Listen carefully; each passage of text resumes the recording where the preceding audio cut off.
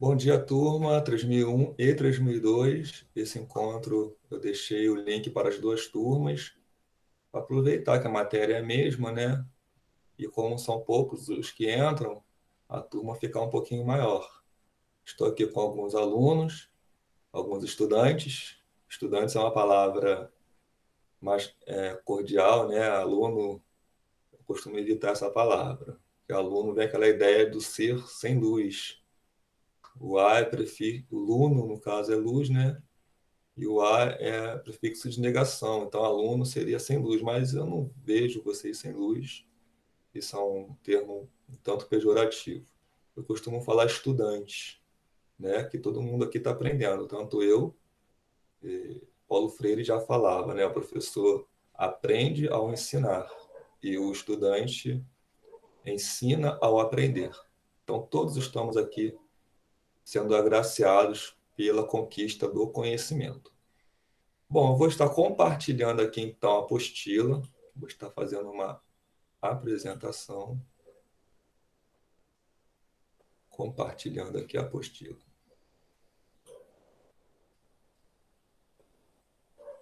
Então, creio que ela já esteja aparecendo para vocês.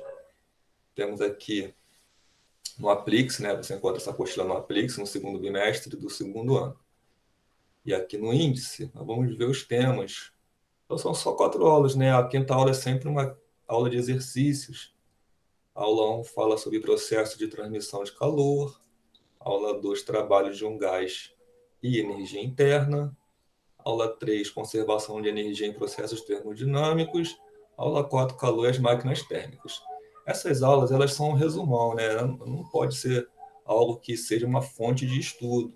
É algo bem simplificado, justamente para que todos tenham acesso. É necessário nos aprofundarmos um pouco além do que é exposto aqui. E para isso estou eu, para fazer esse trabalho junto com vocês. Então, começando pela aula 1, né? Vamos dar uma olhadinha aqui rapidinho, não vou ficar aqui só na apostila, quem participou do primeiro encontro viu que eu uso o quadro para poder fazer algumas coisas, para não ficar só na leitura.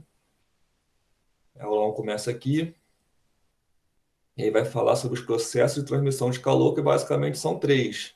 A radiação, basicamente a radiação é definida pela ausência de matéria, ou seja, ela ocorre na ausência de matéria. É o único processo que não precisa de um meio material para se propagar. E ele vem das chamas, da luz, né? Tudo que emite luz, você, não só a luz visível, mas como a luz invisível. São processos de radiação em que um corpo cede calor para outro corpo. Um exemplo que temos aí, a fogueira cede calor para as pessoas e o sol cede calor para a Terra. Repare que se não fosse essa propriedade de você não precisar de um meio material para se propagar, a energia do Sol não chegaria até nós, porque no espaço sideral não existe meio material pelo qual a energia se propagaria, né? Como assim meio material? Coisas mesmo, por exemplo, aqui na Terra, entre eu e essa tela de computador, por exemplo, aparentemente não tem nada, né? Mas tem sim, tem aqui ar, tem aqui oxigênio, hidrogênio, gás carbônico, então está tudo aqui permeando esse espaço, apesar de eu não ver, existem átomos, partículas, moléculas permeando esse espaço entre eu e a tela. Então existe matéria aqui, ela é invisível para nós a olho nu, mas existe meio material ao qual o som se propaga, porque o som, eu falo, ele chega aqui no microfone, chega até vocês de forma eletrônica, depois sai para vocês de forma física também, de forma mecânica, né? Que no caso utiliza-se o ar para se propagar e chegar aos ouvidos. Então, diferente da luz, o som é uma onda, como a luz, né? Uma onda, só que o som é uma onda mecânica. O que define uma onda mecânica? A onda precisa de um meio material para se propagar. Se não existisse atmosfera, se fosse igual aqui, ó, no espaço, da fotinha aqui do Sol e Terra, se não existisse nada aqui, eu ia falar, as cordas vocais iam estar vibrando, mas não ia estar saindo som da minha boca, porque não ia estar perturbando o meio material para chegar até aí. Então, eu estaria falando no mute. Estaria, né? Vamos brincar aqui, ó. Eu estaria eu estaria.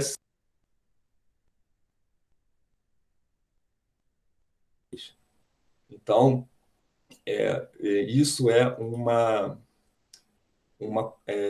forma de explicar o que significa meio material de propagação. É justamente isso. A luz, ela não precisa de um meio material para se propagar. Por isso que ela chega até nós. Já a condução é um outro meio de propagação de calor. O que ocorre na condução? Ocorrem sólidos, né? O sólido, os meios sólidos, os seus átomos, sua matéria, né? Estamos falando da matéria aqui suspensa, mas num celular, por exemplo, né? Aqui, telefone, um sólido, né? Ele tem partículas.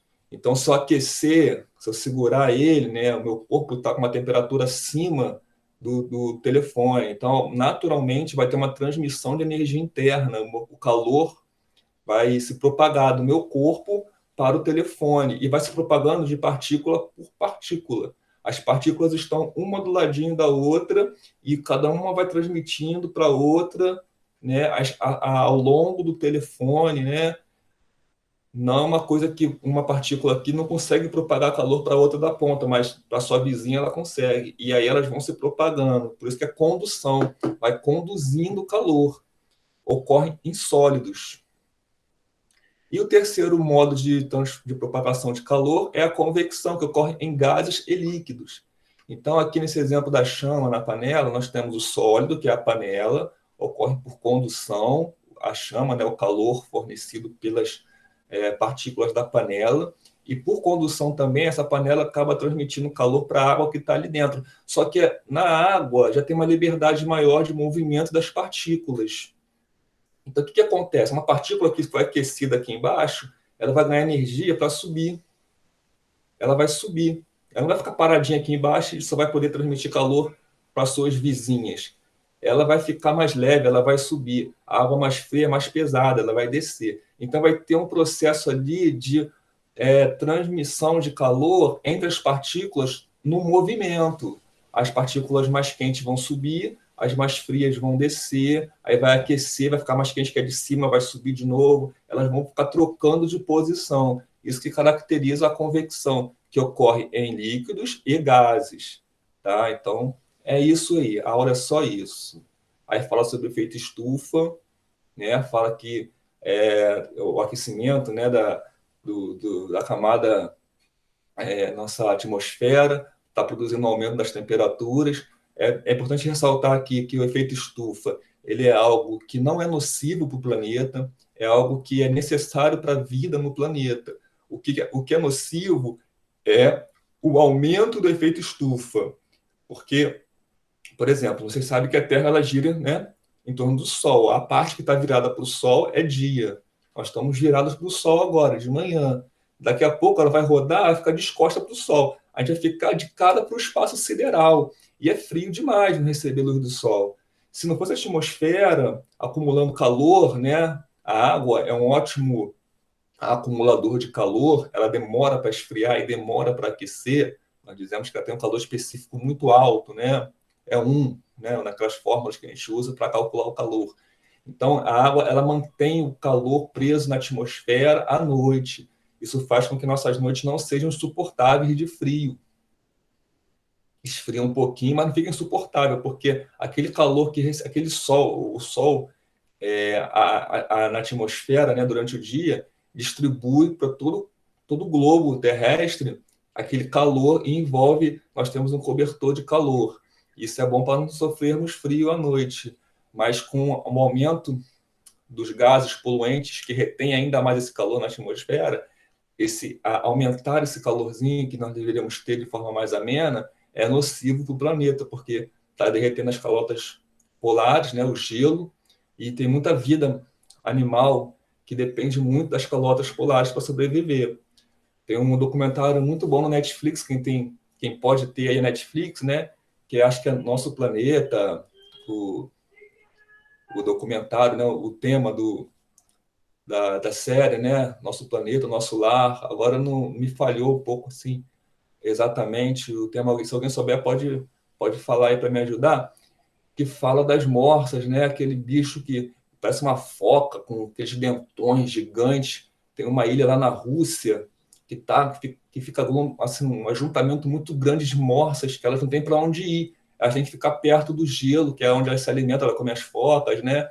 E aí ela está derretendo o gelo, então ela tem que se afastar daquela geleira e o lugar mais perto para elas poderem ficar, uma ilhazinha lá na Rússia, e tá cheio de morsa, fica uma em cima da outra, aquele bicho pesadíssimo, tem mais de 1 tonelada cada um deles, então corre o risco de pisotearem, matarem umas às outras. Aí umas escalam umas pedras para se afastar um pouco do tumulto. Aí também não era para escalar aquela pedra, na hora de descer, não consegue descer, porque ela é muito pesada, não consegue descer, não tem mobilidade, aí cai lá de cima, morre lá embaixo. Então, assim, as calotas polares, elas são importantíssimas para a fauna marinha desses animais. Também fala dos pinguins, também fala das aves marinhas, né? E várias outras espécies que dependem das calotas polares. Então, o efeito estufa acentuado, ele é nocivo para essa fauna, para essa vida. E a gente sabe, né? A começar do plâncton lá, né? Que as baleias consomem. Se morrer aquele bicho, já morre as baleias, vai morrendo um monte de bicho. A cadeia alimentar, uma coisa depende da outra. Os ursos polares também fala sobre eles, é muito bom, interessante. Depois, quem puder, é muito legal. E as imagens são fenomenais. Por que eu estou falando sobre isso? Porque passou recentemente no Globo Repórter, né? Sobre animais na floresta, na África. E aí, pessoas ficam, caramba, que legal, o Globo Repórter acabou. Mas tem negócios legais aí na internet que vocês podem procurar. Então a aula acaba aqui, tá? Essa transmissão de calor. Vamos dar uma olhadinha depois lá nessas atividades que eu deixei. Alguém querendo comentar alguma coisa, pode colocar no chat, tá? Se não quiser, sei lá, por vergonha, não falar nada aí, mas o chat está aí para vocês se manifestarem, tá? Eu vou continuando aqui enquanto isso. Só levanta a mão aí para ver se vocês estão aí me ouvindo, porque eu não sei, né? Ah, beleza. Bruna, Felício tá aí. Mariana, Priscila e Guilherme. Beleza, todo mundo aí, vamos continuar. Qualquer coisa, pode abrir o microfone aí, tá, gente? E falar alguma coisa ou deixar aí no comentário. Aqui no comentário, por enquanto, tá vazio.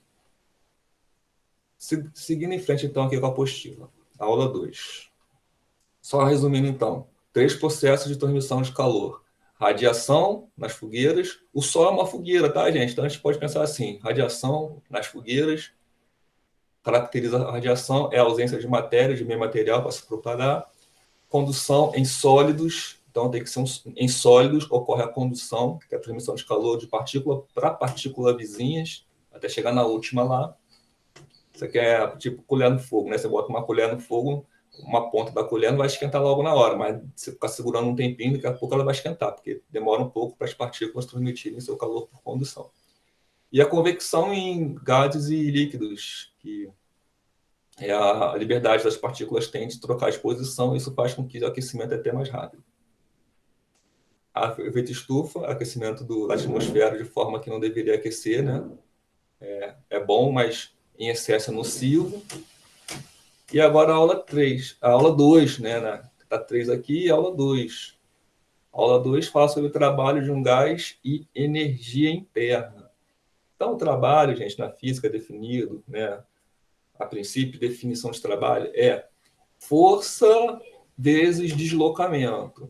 Tá? Então é isso mesmo. Para você deslocar alguma coisa do lugar que está lá por inércia, né? Está em repouso, você emprega uma força ao longo de um deslocamento, ao longo de um comprimento. Então, por exemplo, vamos pensar, estou empurrando uma mesa. Então, uma força eu preciso para empurrar uma mesa. Vamos supor, eu preciso de 20 newtons, que força na física é medida em newtons, né? Em homenagem a Sir Isaac Newton. Então, eu preciso de 20 newtons para empurrar uma mesa. Só que eu vou empurrar qual distância? Quanto mais distância, mais trabalho. Quanto mais força que eu preciso fazer, mais trabalho. Multiplica força vezes trabalho, força vezes distância, temos o trabalho. Matematicamente, eu vou colocar aqui o quadro, vou parar aqui a apresentação rapidinho e vou apresentar o quadro.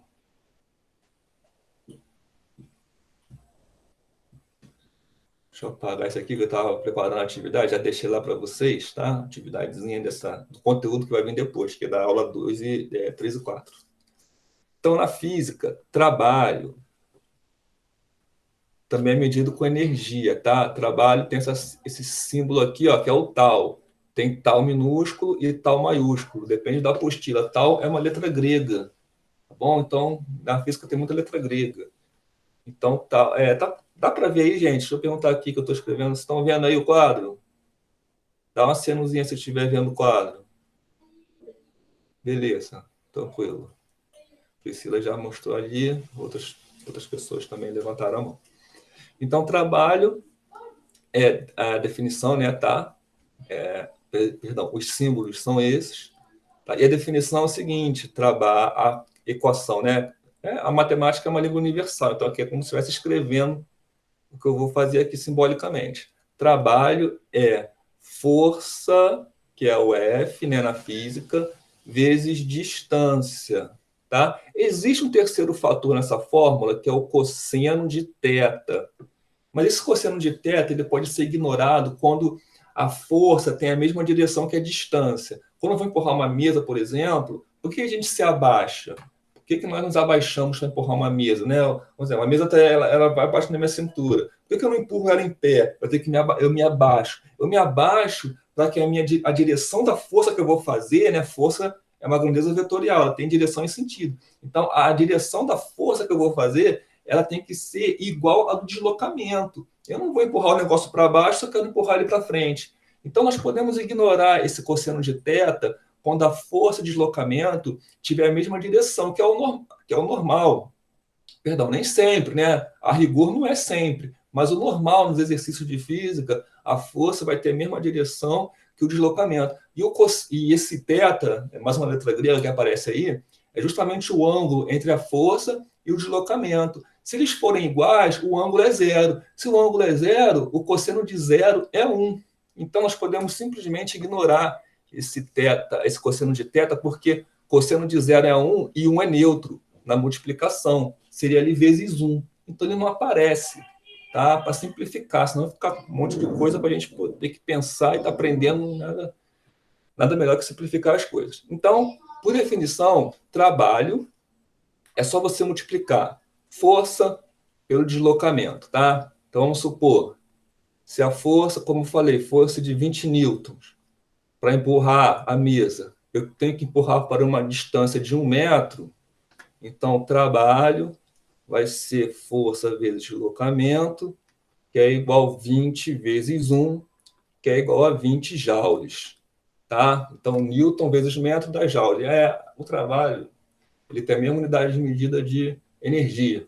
Tá? Então, a gente está calculando a energia térmica, dá em joule lá, que vocês já viram. E quando a distância está em metro e a força está em Newton, tanto força quanto distância estão no padrão da física. Então, a unidade de medida do produto disso, que é energia, que é trabalho, vai ser do padrão, que é joule também. Tá? Então, uma explanação do trabalho no seu contexto geral. Mas o que nós vamos ver aqui é o trabalho no conceito da termodinâmica. Então, vamos voltar aqui à nossa apostila.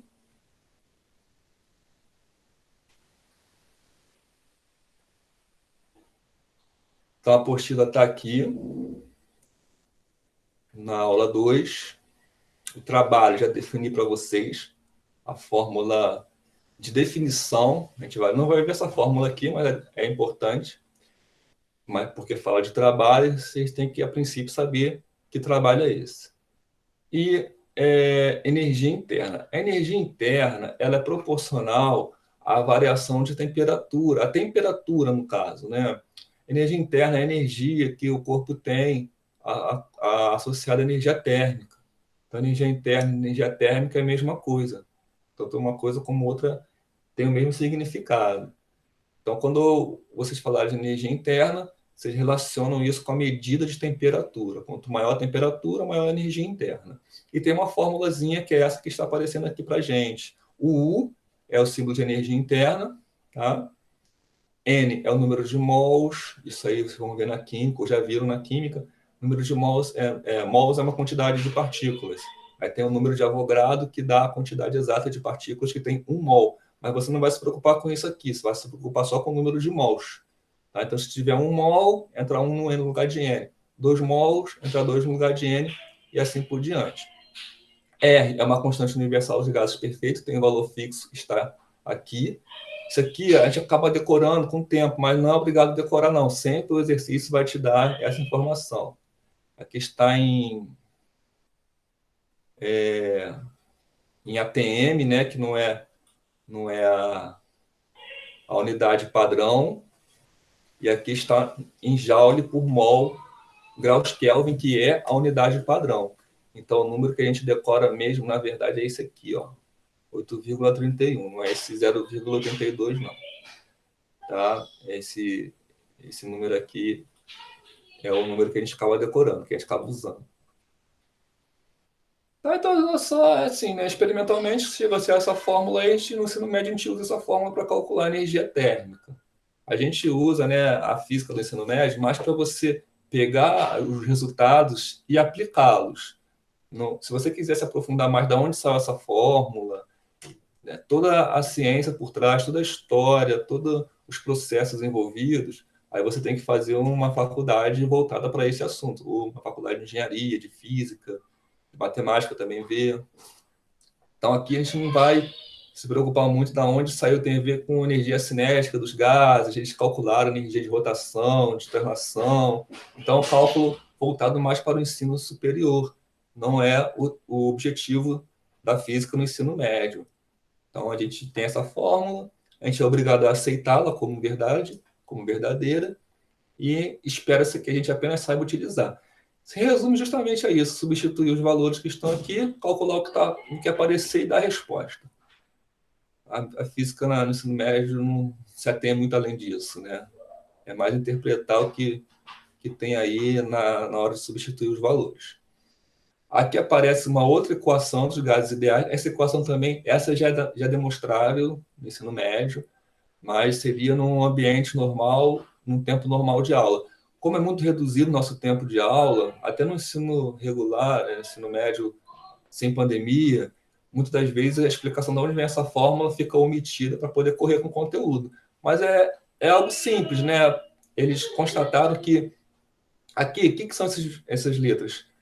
É pressão, é volume e o T é temperatura. NR é aquilo, é o mol e é a constante que é sempre 8,31 Joule por mol graus Kelvin. A temperatura, lembre-se, naquelas questões de física de escala termométrica, para dar energia em Joule no final, tem que estar em Kelvin. Por isso que esse K aqui, ó. Esse K da escala Kelvin. Então, só substituir pressão, volume, a fórmula vem do seguinte fato: quando você aumenta o volume, você diminui a pressão, se você manter a temperatura constante. Quando você aumenta a temperatura, você aumenta a pressão, se manter o volume constante. Então, a partir desses dados, chegaram a essa conclusão que temos aí, que PV igual a nRT. Tá? É uma fórmula que também, no curso de física, acaba sendo decorada para vocês utilizarem. Juntando as duas, tem essa terceira fórmula aqui. Tá? Então, se você pegar aqui e isolar o RT em cima aqui e substituir o valor de cima na equação de baixo, vai aparecer essa equação aqui. Depois isolar o U, né? Vai aparecer essa equação aqui. A energia térmica é 3PV sobre 2. Energia térmica é igual a 3 sobre 2 vezes pressão vezes volume. Pressão, no padrão, é Pascal. Tá? Então, se você for no exercício para botar o valor de pressão aqui, tem que estar em PA, que é o símbolo de Pascal. Que, assim como Joule, metro e quilograma, é o padrão da física. É a unidade de medida padrão, Pascal, para a pressão. Não é ATM, que nem estava aqui, ó, ATM, tá vendo? Atmosfera, para a pressão. Atmosfera litro da dá uma unidade de energia que não é Joule. Agora não me vem a memória, mas dá uma unidade de energia que não é Joule. Aí vem aqui, gente, um exemplo de como que esses conceitos vão ser utilizados para o cálculo de trabalho. Nós temos uma chama fornecendo calor para um ambiente fechado. Essa superfície é uma tampinha, a gente chama de bulbo, porque ela pode subir e descer. É igual uma seringa, né? Você pode variar o volume de dentro daquele recipiente. Tá quadradão aqui, mas é como se fosse um cilindro cortado para a gente poder enxergar ele de lado. Então aqui tem um pezinho simbolizando uma força contra aquele bulbo. E ali dentro, quando você aquece, o gás ou a água, alguma coisa que estiver ali dentro, substância termométrica que estiver ali dentro, assim como nos termômetros, né? Ele se expande. E aí ele levanta o bulbo realizando o trabalho. Por quê? Porque o trabalho é deslocamento, é força vezes deslocamento. Então, tem um deslocamento, que é esse símbolo de H, que é essa altura, né? É nosso D daquela fórmula lá do quadro, o deslocamento. E tem uma força ali. A força, no caso, está exercendo é o gás, para subir aquele peso ali. Então, trabalho, né? Trabalho a força vezes deslocamento. Só que aqui temos que tomar um cuidadozinho, né, em adaptar aquela fórmula, como está aqui, ó. No lugar de D, que era o deslocamento na minha fórmula, ele colocou AH, porque é de altura, né, altura. Por que não botar A? Porque A é de aceleração, que a gente usa lá na cinemática, tá? Então bota H de height, em inglês, altura em inglês é height. Então vocês vão usar o H para altura aí e tem que se conformar com isso. Alguém quer falar alguma coisa aí, gente? Como é que tá aí? Estão entendendo? Tá difícil? Muita fórmula? Se quiser abrir o microfone, pode abrir para dar um feedback. Levanta a mão então, se não quiser falar.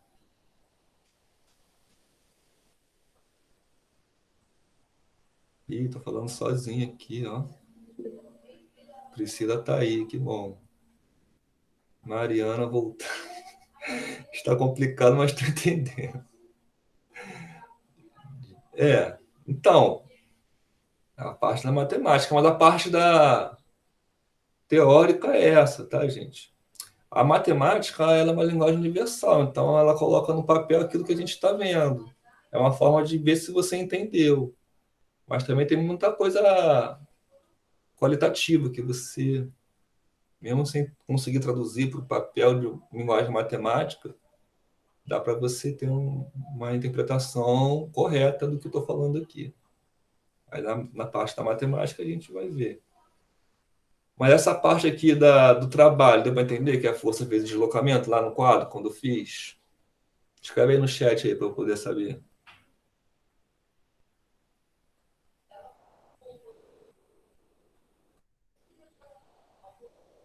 Para poder chegar nessa comparação aqui, porque não vai adiantar. Aqui, ó, esse tal aqui, ó, esse símbolo aqui, é o tal que eu desenhei lá. Deixa eu aumentar aqui, pequenininho, né? Então, ó, é o tal, que é o trabalho, é a força. Isso aqui é o deslocamento, que aqui tá H porque é altura, height, tá? Aí a pressão é força por área. Juntando os dois fica assim, ó. Assim, ó. Aqui é passando a área para o outro lado, o A de área, e aí substituindo a força por PA. Aí fica trabalho igual a pressão vezes área. Que área é essa? É o seguinte, olha só. Essa caneta aqui, ó. A caneta que eu uso para desenhar aqui na minha mesa, para vocês verem aí. Ela tem um lado mais fino e um lado mais grosso.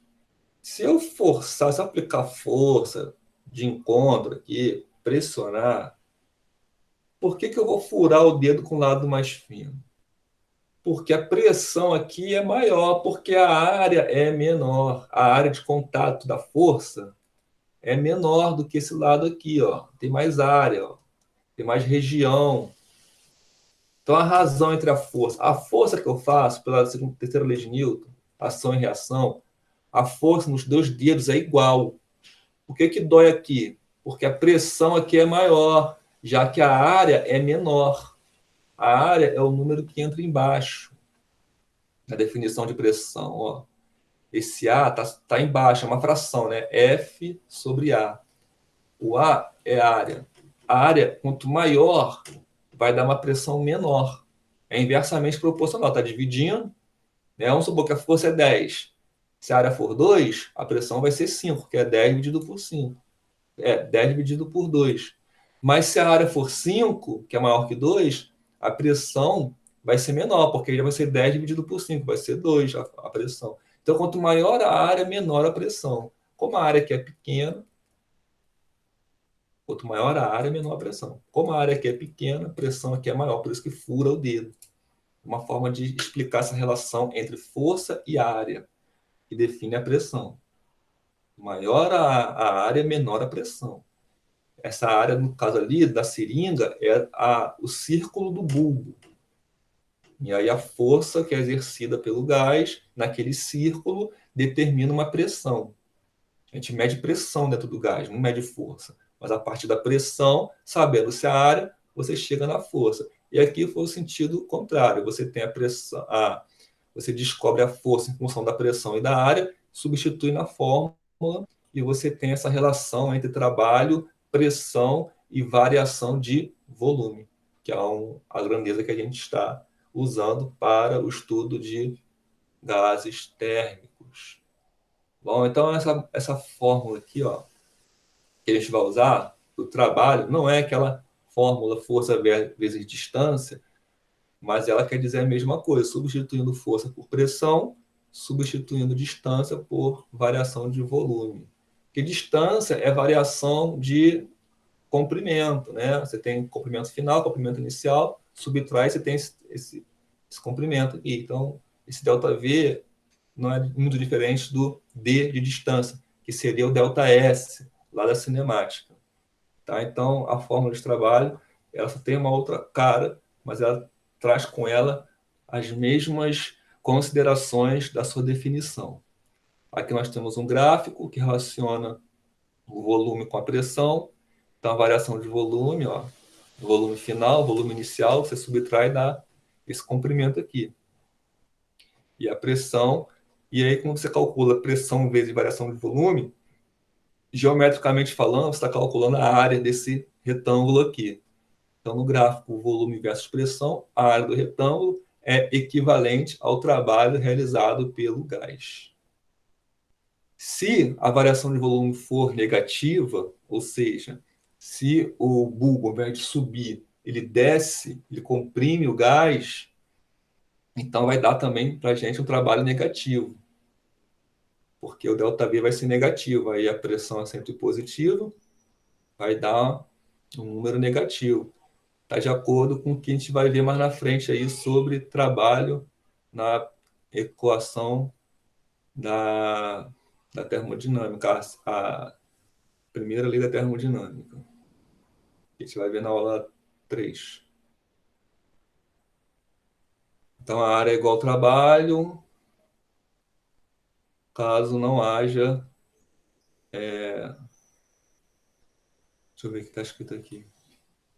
Vou diminuir aqui que eu não estou vendo.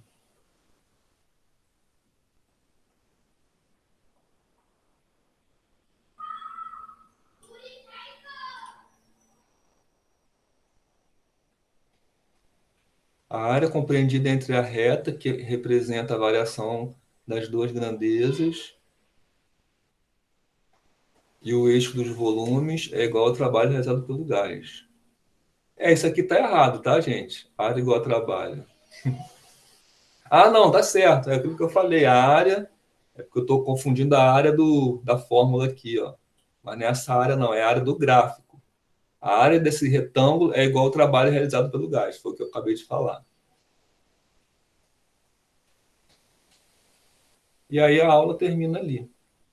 Vamos ver no exercício como é que isso funciona, porque é muita teoria e pouca prática pode nos atrapalhar.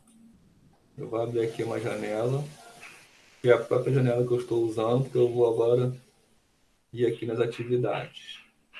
Eu vou usar como exemplo a atividade da 3001, mas serve para 3002 também, que é a mesma coisa, tá?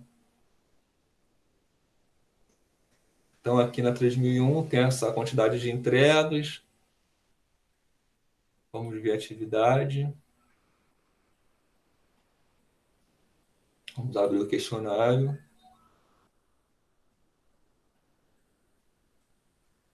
Então é isso aqui, ó. Agora, me responde uma coisa aí, vocês. Na última aula nós falamos sobre esse questionário ou não? Se vocês sabem. Alguém me informa aí, por favor. Porque são tantas aulas que eu não lembro se na última aula eu falei sobre esse aqui. Esse não, beleza. Show. Já tive a resposta ali que eu queria. Então vamos lá. Utilizando os conceitos que a gente acabou de ver. O fenômeno do estado abaixo chama-se equilíbrio térmico. Quando colocamos gelo no refrigerante, este processo garante um refrigerante mais gelado. Tá. Quando colocamos gelo no refrigerante, esse processo garante um refrigerante mais gelado. Por quê? Então aqui nós temos uma imagem de um corpo com uma temperatura T1, que está marcando 80 graus. Não fala qual é a escala termométrica, né? Vamos supor que fosse 80 graus Celsius, que é a nossa escala. E um corpo T2 está marcando 20 graus. Aí essa linha simboliza que eles não estão em contato térmico, não tem transmissão de calor de um corpo para outro. Aí quando tira aquela linha, aí eles já estão em contato, começa a transmissão de calor. Ela vai ser por radiação, ela vai ser por condução ou vai ser por convecção. Ou vai misturar os três também, né? Então, não explica, aqui não se importa muito com isso. Só está mostrando que o corpo com temperatura T1 vai, no final do processo, está com uma temperatura EQ, que é o índice que colocaram aqui, igual à temperatura do outro corpo, que era T2. Os dois ficaram com a temperatura de equilíbrio. Esse aqui seria de equilíbrio, que é quando eles atingem a mesma temperatura. Então, um corpo esfriou, estava com 80, foi para 40, e o outro corpo aqueceu, estava de 20, foi para 40. Repare que a variação não foi igual. Ó. Aqui a variação de 80 para 40 é menos 40. E aqui a variação de 20 para 40 é mais 20. Então, aqui não está falando que vai ser igual a variação, só vai falar que vai ter uma hora que eles vão estar com a mesma temperatura e que um corpo vai esfriar e o outro corpo vai aquecer. Aí, aqui está falando o seguinte, quando colocamos gelo no refrigerante, esse processo garante um refrigerante mais gelado. Por quê? Aí vem as opções. O equilíbrio térmico só ocorre quando o gelo derrete completamente. Não, o gelo vai começar a derreter a partir do momento que ele vai receber o calor do refrigerante. Mas se ele estabiliza a temperatura, ou seja, se o refrigerante fica na temperatura do gelo antes do gelo derreter, vamos supor que o refrigerante já estava bem gelado, vamos supor que o refrigerante congele por causa do gelo. Né? Não é o normal, porque sempre é menos quantidade do que o outro. Mas aqui não fala de quantidade. Não fala de quantidades. Então, se eu pego uma barra de 1 kg de gelo e derramo ali refrigerante por cima, o que vai acontecer? É o refrigerante que vai congelar. Então, isso aqui, né, não é uma afirmação, não é uma coisa que eu possa afirmar em todas as possibilidades se vai acontecer. Não, como esse exemplo que eu dei, isso não acontece se eu tiver 1 kg de gelo e uma gota de refrigerante. Quem é que vai congelar? É o refrigerante. E o equilíbrio térmico vai ocorrer quando o refrigerante estiver congelado e o gelo também, não vai derreter completamente. Né? Tá? Apesar de usar aqui como exemplo uma coisa que não é o que eu estou falando, que é colocar gelo no refrigerante, na hora de responder uma pergunta como essa, é generalizando, tá? O conceito. Então, nós temos que pensar na resposta mais ideal que nós devemos dar. Então, essa resposta está descartada. A segunda resposta é o seguinte: o gelo cede energia térmica para o refrigerante. Então, quem cede energia térmica é sempre o corpo de maior temperatura, em processos espontâneos, que é como esse que deu no exemplo aqui, o gelo no refrigerante. Tem que considerar que é um processo espontâneo, que não houve uma geladeira ali funcionando para esse processo acontecer. Então, se é de forma espontânea, é o corpo de maior temperatura que cede calor para o corpo de menor temperatura. Por isso que ele esfria, por isso que foi de 80 para 40, ele que cedeu a energia térmica. E aí, como o gelo está a menor temperatura que o refrigerante, não é o gelo que cede energia, é o refrigerante que cede energia para o gelo, por isso que ele esfria. Então, essa opção aqui também está descartada. Não é o gelo que cede energia térmica para o refrigerante. A terceira opção fala que o calor flui do gelo para o refrigerante. Então, da mesma forma que não é o gelo que cede energia, o calor também não flui do gelo para o refrigerante, porque seria reafirmar o que a gente já descartou. Se o calor flui do gelo para o refrigerante, significa que é ele que está cedendo energia térmica, e não é. A gente acabou de descartar essa opção em cima, e embaixo é a mesma coisa, com outras palavras. Também está errado. O calor flui do refrigerante para o gelo, por isso que o gelo derrete, né? A outra opção fala que o calor é energia térmica em trânsito do refrigerante para o gelo. É essa opção aqui que está correta. Tá? Essa opção está correta. Como eu falei, é o corpo de maior temperatura que cede energia para o corpo de menor temperatura em processos que são espontâneos, que não existe uma máquina térmica fazendo com que esse trânsito seja invertido. Então já fica aqui com essa resposta. A última também está errada. O refrigerante absorve energia térmica do gelo. Tá? É mesmo que está escrito aqui em outras palavras, que é quem absorve é quem está recebendo calor, e não é refrigerante que recebe calor, é o gelo que recebe, por isso que o refrigerante esfria. Tem mais duas só, né? Só três questõezinhas. Essa aqui precisa de cálculo. Vou tirar um print aqui. A gente vai agora mudar a tela para o nosso quadro.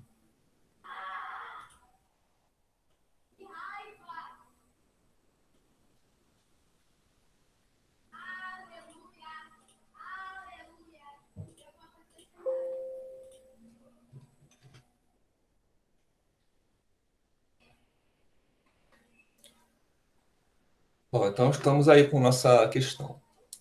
Temos os dados. O que eu aconselho, gente? Como vocês estão, essa atividade é referente à aula que expôs a fórmula de cálculo de energia térmica, e aí você sabe que vai usar essa fórmula, você já escreve ela logo. A energia térmica, o calor, né? O que é o calor, é igual a massa vezes o calor específico vezes a variação de temperatura. Essa é a fórmula que a gente vai usar para o cálculo de calor. Aí aqui vem a questão, ó. Esse é o calor sensível. Quando há variação de temperatura. Nós também podemos utilizar a fórmula de calor latente. Eu não li ali ainda, mas já vou deixar escrito aqui caso precise. É massa vezes o calor latente, que é quanto que eu preciso para mudar a fase de uma substância, o enunciado tem que me dar, porque eu não sou obrigado a decorar todos os valores possíveis, tá? Então, vamos ler aqui. Para esfriar 200 ml ou 200 gramas, que aqui é a massa, então a gente tem que usar a massa, né? 200 gramas de água, inicialmente a 20 graus Celsius, adicionou-se 3 pedras de gelo com 5 gramas cada. Ou seja, 15 gramas de gelo, né? 5 gramas cada, são 3 pedras, 3 vezes 5, 15. A menos 10 graus Celsius. O gelo está a menos 10. Desprezando as perdas para o ambiente, a temperatura da água quando estes corpos alcançarem o equilíbrio térmico será aproximadamente de.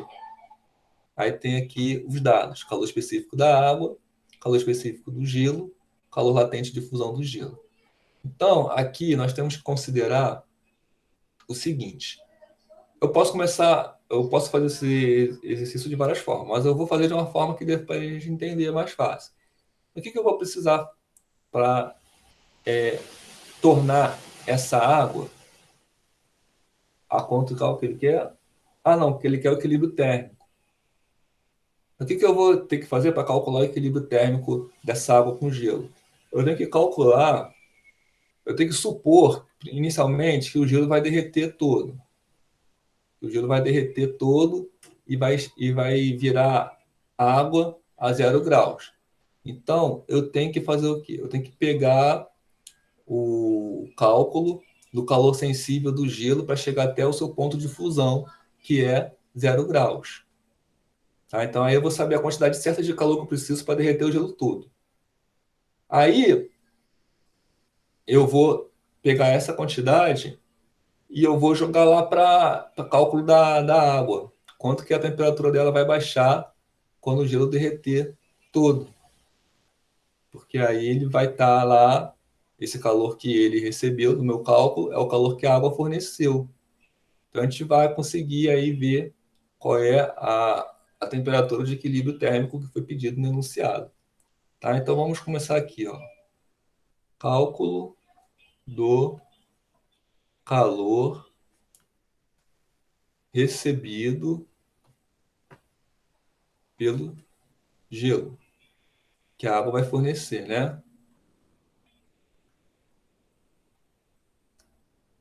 Até derreter todo. Até derreter, não, até 0 graus. Depois que a gente vai ver até derreter, até 0 graus. Então, assim, o gelo tem a temperatura inicial que é menos 10 graus Celsius, que foi dado aqui, ó. E vamos fazer a temperatura final 0 graus, que é quando ele vai começar a derreter. Não vai estar derretido ainda, vai começar a derreter quando chegar a 0 graus. Então, o cálculo do calor sensível para esse caso, que envolve tudo isso aí, vai envolver a massa. Qual é a massa do gelo lá? Um total de 15 gramas. E vai envolver também o calor específico do gelo, calor latente, que é esse aqui.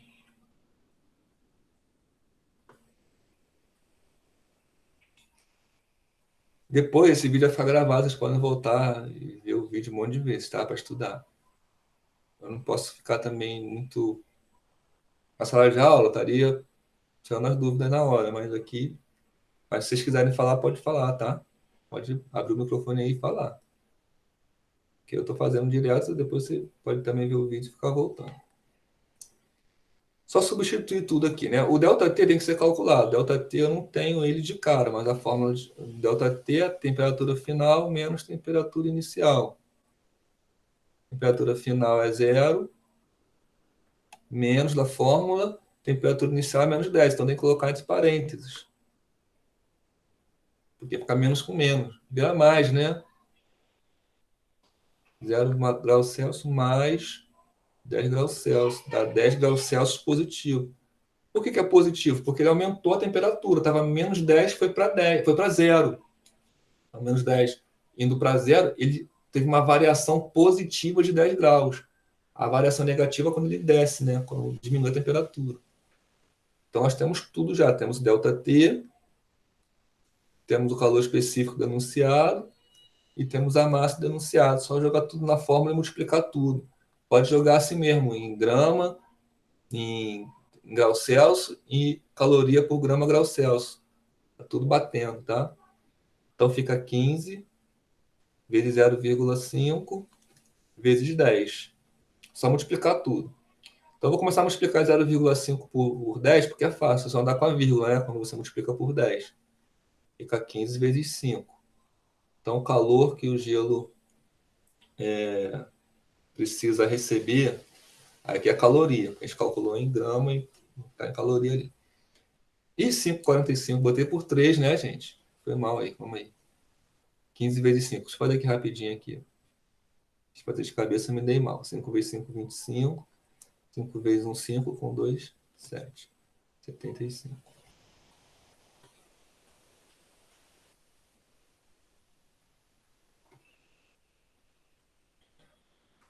Então, o calor, esse calor, o gelo está a 0 graus. Só que o gelo, esse 75 calorias, se a água que estava 20 ceder só 75 calorias, você acha que ela vai esfriar até 0 graus? Abre o microfone, alguém responde essa pergunta aí, para poder entender. Senão eu vou estar calculando um monte de coisa aqui e você não vai entender nada. Então, a pergunta que eu faço é a seguinte: calculamos o calor para o gelo derreter, para chegar a 0 graus, perdão. Ainda vamos calcular para ele derreter. Ele estava a menos 10, foi para 0 graus. Esse calor que forneceu foi a água. Você acha que a água fornecendo 75 calorias apenas, ela vai ter sua temperatura de 20 graus a 0 graus? O que vocês acham? Vai ter ou não vai ter? Ela está a 20 graus. Ela forneceu 75 calorias. Lembrar que uma caloria é, é o que precisa para você aumentar ou diminuir 1 grama de água em 1 grau. Então, eu tenho ali 20 gramas de água. Eu forneci 75 calorias só. Você acha que é o suficiente para essa água que estava a 20 graus descer sua temperatura até 0 graus? Sim ou não? Arrisca aí, gente. Alguém me arrisca aí, por favor, que eu estou falando aqui. Não sei se vocês. Não, Bruna disse que não. Não, muito bem, Bruna. Parabéns. Não, eu tenho 20 gramas de água. Se eu fornecer 75 calorias, só. Se eu fosse fornecer 20 calorias, quer dizer, 200 gramas. Se eu fosse fornecer 200 calorias, eu ia baixar só 1 grau a temperatura. Quanto menos 75 calorias, não vai baixar quase nada, não vai baixar nem 1 grau a temperatura. Mais do que as contas, é importante a gente entender o que nós estamos fazendo. Então, vou repetir. 1 caloria é quanto eu preciso. No caso, estou tirando da água, né? Ela está fornecendo para o gelo.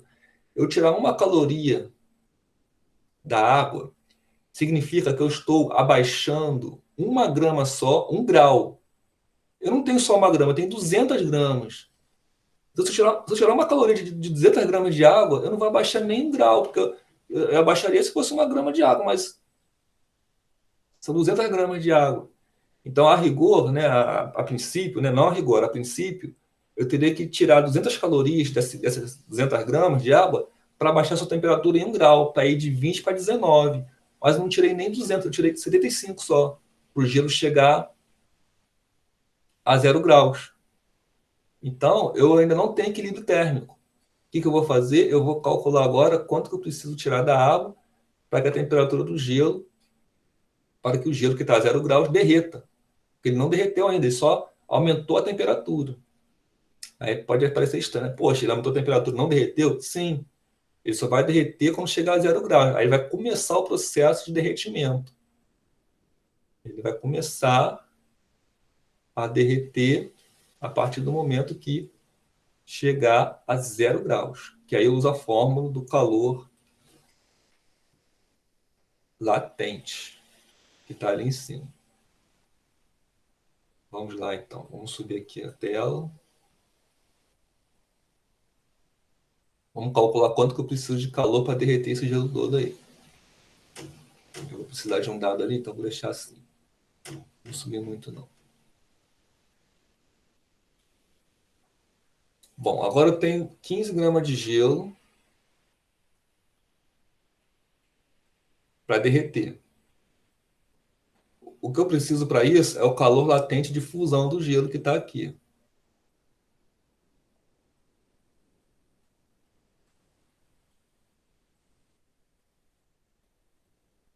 Eu preciso de 80 calorias por grama. Como eu tenho 15 gramas, só multiplicar. A fórmula fala isso mesmo. Calor é massa vezes valor de calor latente. Vou colocar aqui do lado com uma setinha. Então, calor vai ser 15 gramas vezes 80 calorias por grama. Então, 15 vezes 80, 5 vezes 0, 0, 5 vezes 8, 40. 1 vezes 0, 0, 1 vezes 8, 8. Soma 1.200. Como é que eu botei igual? Para não fugir da. Calma aí. Vou colocar igual, mas tá certinho. Então, a caloria, o calor vai ser 1.200 calorias. Então, com 1.200 calorias, eu vou conseguir derreter o gelo. Quem vai ceder vai ser a água. Então, a água já cedeu 75 calorias para que o gelo subisse a sua temperatura e forneceu mais 1.200 calorias para que o gelo derretesse. Então, nós temos aí um total de 1.275 calorias fornecida pela água.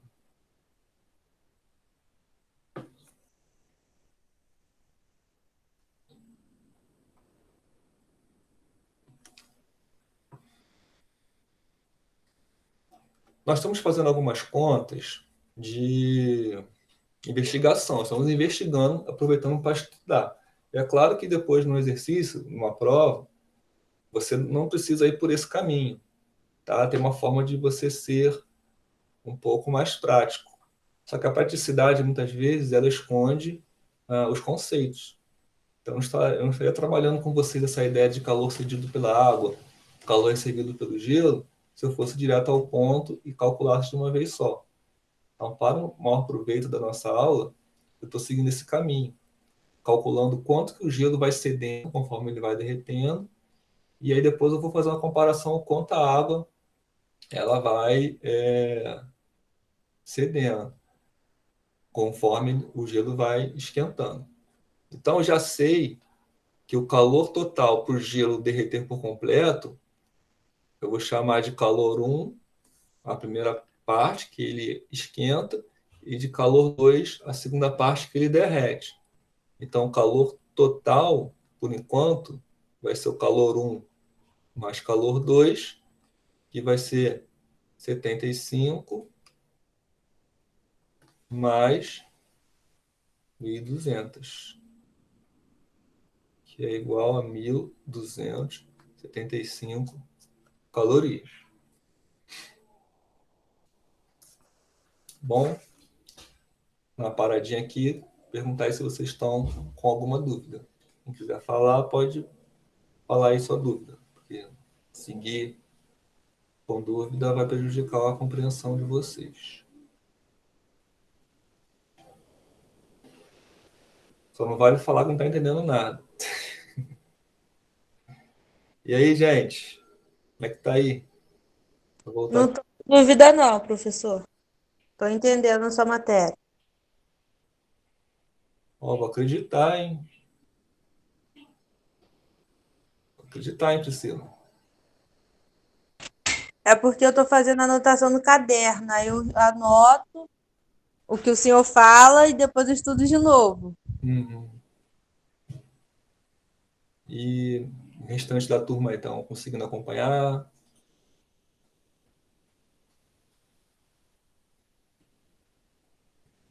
Bom, então eu vou voltar lá pro quadro, tá?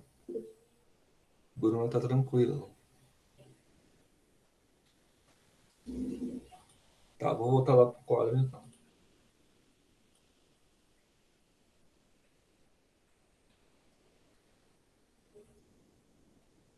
Vamos ver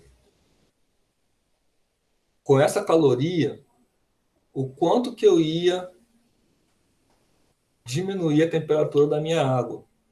Porque nós estamos considerando que a água está diminuindo sua temperatura.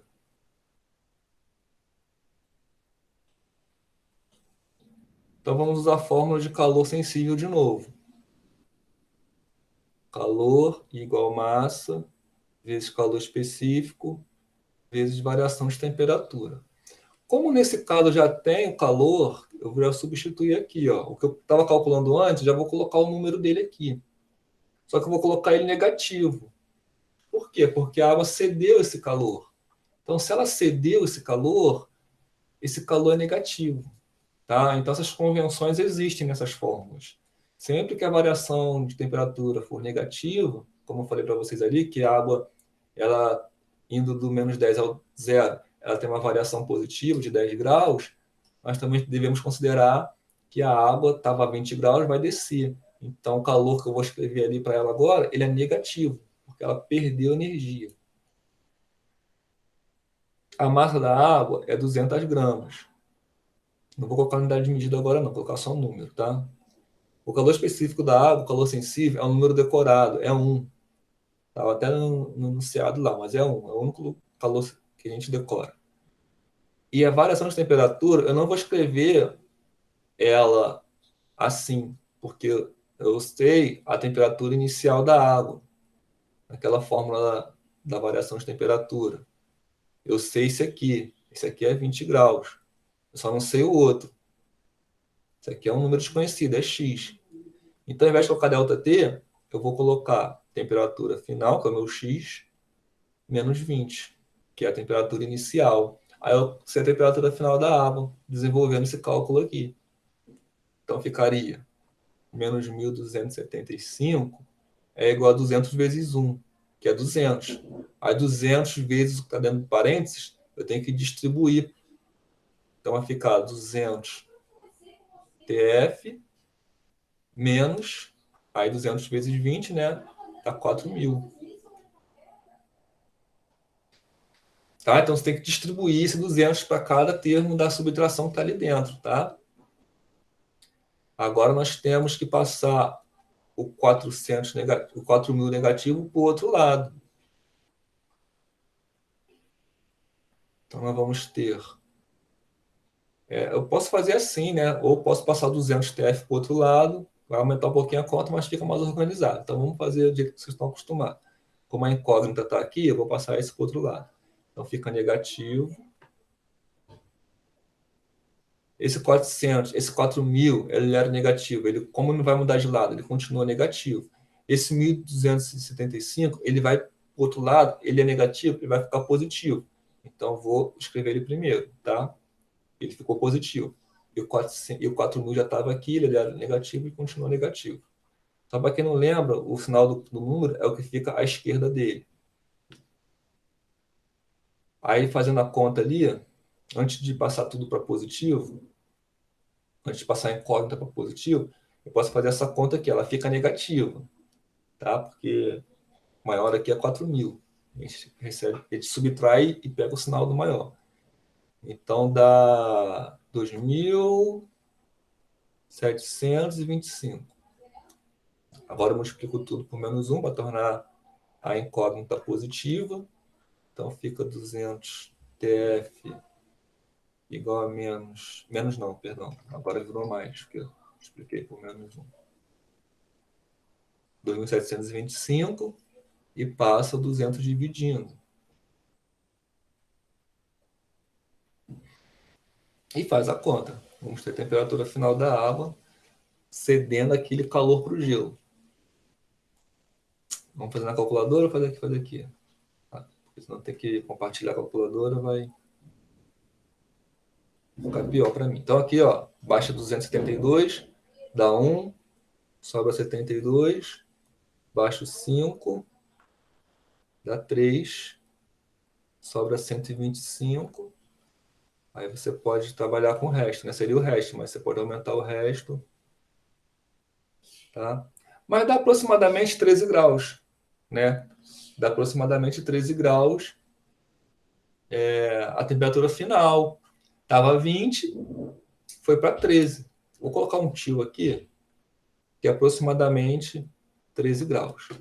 Tá? Então, é só um cálculo para a gente ver o que está acontecendo aí. A partir do momento que o gelo está todo derretido a 0 graus, eu tenho água a 13 graus. 13 graus Celsius. E aí a fórmula que relaciona o calor cedido pelo gelo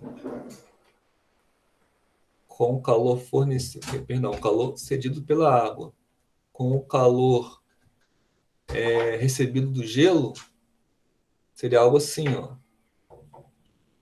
Calor da água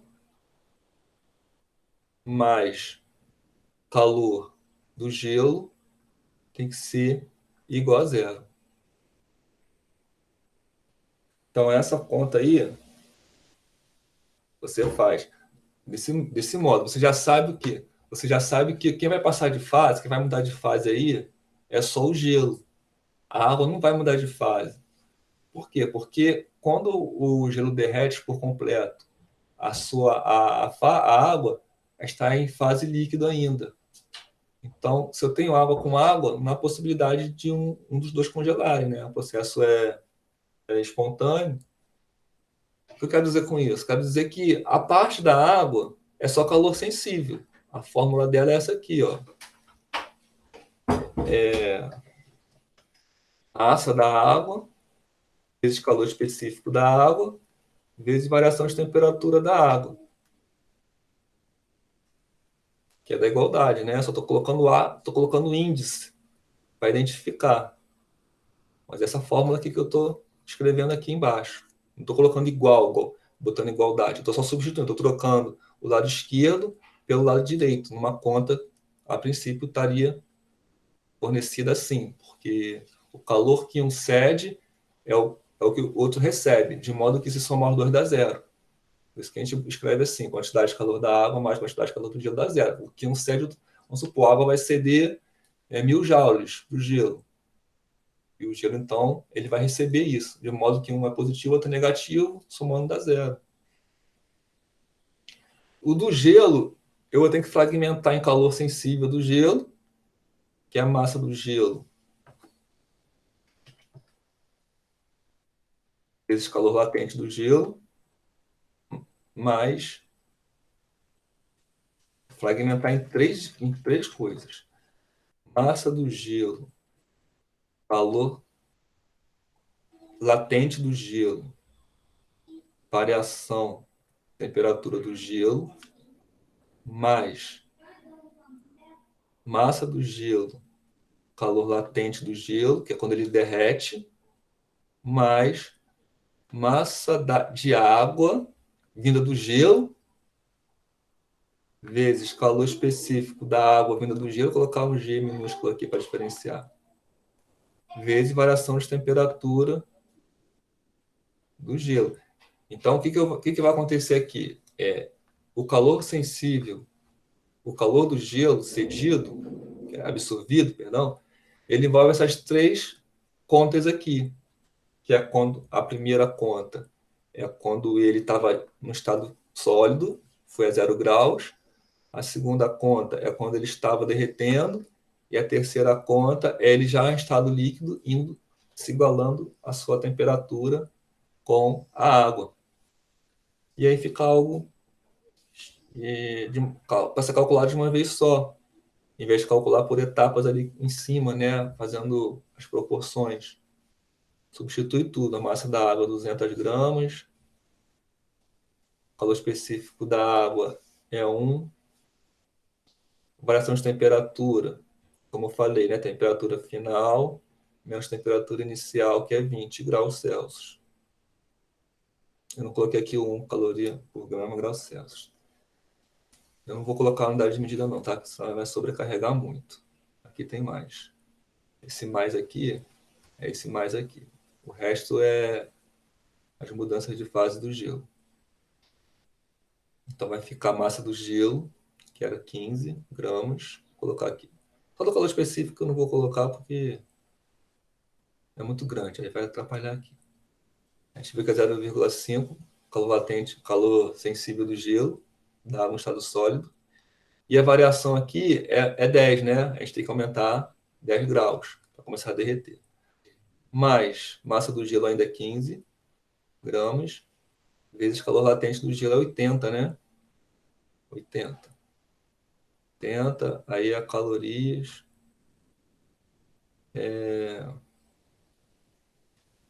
Calorias por grama.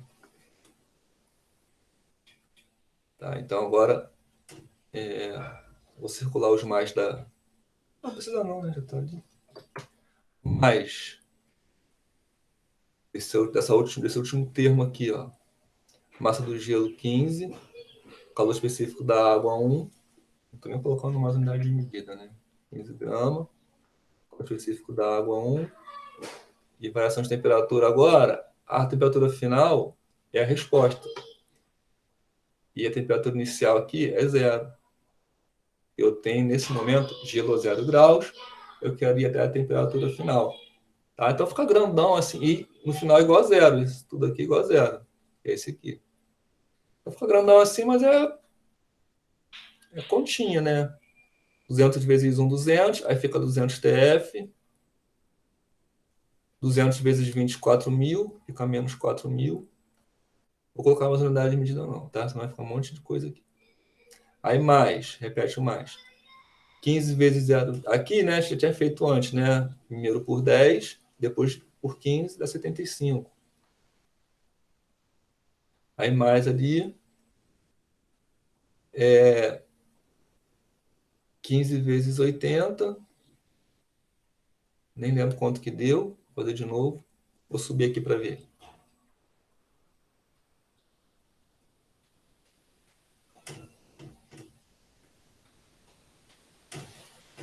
15 vezes 80 deu 1.200. Tá lá em cima.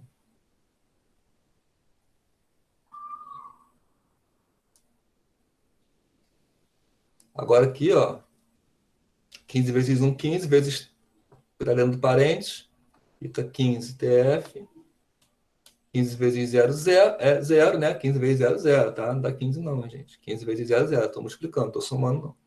15 vezes 0, 0. Então, vai ficar igual a 0, tudo isso. Soma quem está com incógnita, que é o TF, então fica 215. E soma quem está sem incógnita, que é isso tudo aqui. Então, fica... vamos somar aqui primeiro, né? 1.275 e fazer a subtração ali. Então, 4.000 menos 1.275. Eu tinha feito antes, né? Dá 2.725. Só que dá negativo. Porque aqui o sinal o maior é 4.000. Isso é igual a zero. Passa para o outro lado. Fica positivo. E nós vamos agora achar a temperatura final. 2.725 dividido por 215. Agora eu vou pedir a permissão para usar a calculadora. Vocês não vão ver ela aí, mas nós não vamos ficar nos detendo muito a isso, não. A divisão a gente pode pular aqui para fazer mais rápido. Então, deu 12,67 aproximadamente. Qual é? 67 que eu falei? 67.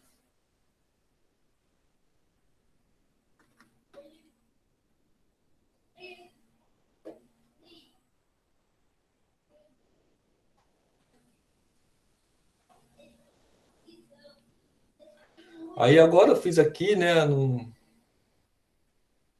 Eu vou ver aqui lá a resposta que tem lá para a gente marcar. Se tiver alguma coisa próxima disso, beleza. Se não, alguma coisa no cálculo ali, depois tem que ver com cuidado o que aconteceu. Compartilhar a tela. Tem aqui, ó, o 13. Vamos ver qual é a resposta certa? Vamos aqui nas respostas.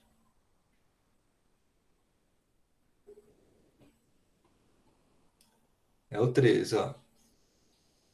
Só que na hora que eu estava fazendo a questão, eu não fui por esse caminho, não. Ficou grande, ficou assustador. Eu reconheço. Mas tem outro modo de você fazer, tá? Aquele pensamento que eu dei. Quanto que um cede, quanto que o outro recebe, você vai ponderando e vai chegando à conclusão que foi 13 graus. Ali eu fiz de primeira, deu aquela conta muito grande. Mas como é um estudo à distância, está valendo nota, mas eu estou dando a resposta, então fiquem tranquilos. Na hora de uma prova, de uma avaliação, claro, não vai cair uma questão como essa. Mas ela é boa para você pensar no conteúdo. Todo o conteúdo é trabalhado, as questões que eu coloco é justamente para vocês estudarem. E aproveitar o gancho para quando eu começar a falar de um exercício aqui, quando é algo que vocês já viram, vocês têm mais motivação para prestar atenção. Então, ó, 33% das pessoas que fizeram responderam. Você errou, respondeu e errou. E lembrando aqui, eu estou usando como exemplo a turma, acho que é 3001. Né? Então, às vezes, se você for a 3002, não foi isso que aconteceu com a sua turma, tá? Só para exemplo. Eu não vou ficar botando quem acertou, quem errou, não. Se você lembra que você fez e errou, você pode reenviar, tá? Eu sempre vou considerar o último envio para contabilizar a resposta. Tá aparecendo aí também a última questão, né? Eu não botei ainda a pergunta. É sobre essa máquina térmica aqui. Está perguntando aonde que acontece a conversão de energia térmica em trabalho. Então, tem vários locais de uma máquina. Tem ali a parte mecânica, que é justamente onde o trabalho acontece. Tem a parte de gerar energia, que é na combustão do, do, do combustível. E aí essa energia ela é transferida para um pistão, né? Ela que vai fazer o movimento do pistão aqui dentro, ó. O pistão é isso aqui, ó. Então, o calor tá vermelhinho. O calor ele é injetado para empurrar o pistão. Tá? O calor ele entra por aqui, ó, e empurra o pistão. Aí, quando fica amarelo, ele esfria. Aí o pistão volta, expulsa, né, esse negócio faz a comunicação entre as duas partes, né, para na hora de expelir os resíduos da combustão. E aí é onde que ocorre a conversão de fato da energia térmica em trabalho. Então, a energia térmica é gerada aqui dentro, ó, na reação química, libera energia. E o trabalho se concretiza no movimento do pistão. Trabalho, força vezes deslocamento. Onde tem deslocamento é onde ocorre o trabalho. Esse deslocamento que é horizontal, ele é convertido em um movimento rotacional, através desse braço aqui. Isso aqui é só um apetrecho mecânico para converter um movimento que é de vai e vem no movimento de rotação. Aí as locomotivas funcionavam assim. Então a resposta correta é na caldeira, que ocorre a queima, né? A energia térmica. E o trabalho é no pistão. É essa aqui. Bom, gente, eu vou encerrar aqui a aula. Já está bem extensa, né? Não chegamos na apostila 2, mas o objetivo não é encher vocês de conteúdo, não é aqui ficar fazendo tudo de uma vez só. É um auxílio. Eu deixei lá a atividade já dessa semana e vou disponibilizar esse vídeo gravado, tá gravando aí, vou disponibilizar lá na plataforma para quem quiser assistir de novo, rever aí, ficou com dúvida. Estou sempre à disposição. Qualquer dúvida, você deixa aí lá nos meus vídeos, nas minhas atividades, uma pergunta que eu vou estar respondendo. Alguém quer fazer uma consideração antes de encerrarmos a aula?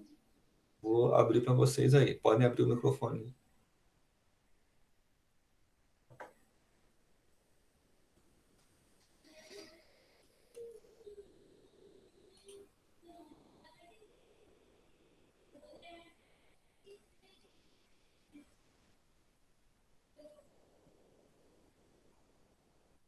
Então, aqui está vendo aqui as perguntas aqui da Priscila, não vai ter resposta enorme não, tá? Só para estudar mesmo. Normalmente é cobrado, tem escola que cobra um cálculo para você que envolve mudança de fase, né? De equilíbrio térmico que envolve mudança de fase. O que deixa a questão muito grande é esse fato do gelo derreter e continuar aumentando a sua temperatura, porque aí virou 3 cálculos. O negócio que era para ser 2 cálculos virou 4, que é da água, do gelo nas 3 fases. As 3 etapas, que são ele na fase líquida, na fase sólida, depois derretendo, depois ele aumentando a temperatura na fase líquida. Então ficou 4 fórmulas. Aí tem lugar que cobra, tá? Umas provas dessas aí tem gente querendo fazer prova aí para aeronáutica, negócio mais difícil aí cobra, mas na escola, numa avaliação, eu não vou cobrar assim não. Não, prova presencial acho que foi descartada, né, pelo Estado, ia ter, mas parece que foi descartada devido ao agravamento da pandemia. Então vocês serão avaliados só com esses questionários eletrônicos mesmo. Respondam aí, aproveitem a correção para responder certo, garantir nota. Vai ter questionário que eu não vou poder corrigir. Então garanto as notas daqueles que eu corrigi, pelo menos. Mais alguma pergunta? Se não quiser escrever, pode falar, tá, gente?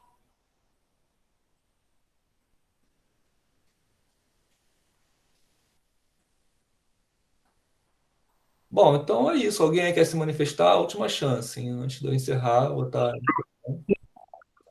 Você pode me tirar só uma dúvida? Eu cheguei na aula meio atrasado. Sim, A primeira questão, no caso, qual seria a resposta dela? vamos lá. Rapidinho, desculpa atrapalhar. Não, tranquilo. Aproveita. Eu vou encerrar porque vocês estão quietinhos. Mas, vou exibir aqui a tela de novo. Voltando lá, aqui. Então, vamos revelar logo aqui a resposta. Ó, o calor é a energia térmica em trânsito do refrigerante para o gelo. Tranquilo, obrigado. Tá? Só essa que eu estava em dúvida mesmo. A explicação Muita depois noção. olha lá no vídeo que vai estar gravado lá na plataforma. Tá bom, obrigado. Mais alguém?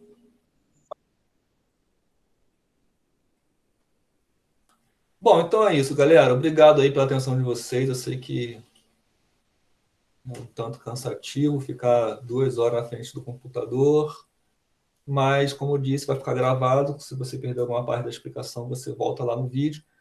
Eu vou colocar lá no. Vou hospedar esse vídeo no YouTube, né? Porque então a gente fala que não consegue acessar quando eu coloco na plataforma. Então, eu vou hospedar no YouTube e você vê lá com tranquilidade. Vou estar encerrando então. Obrigado aí todo mundo. Vamos almoçar.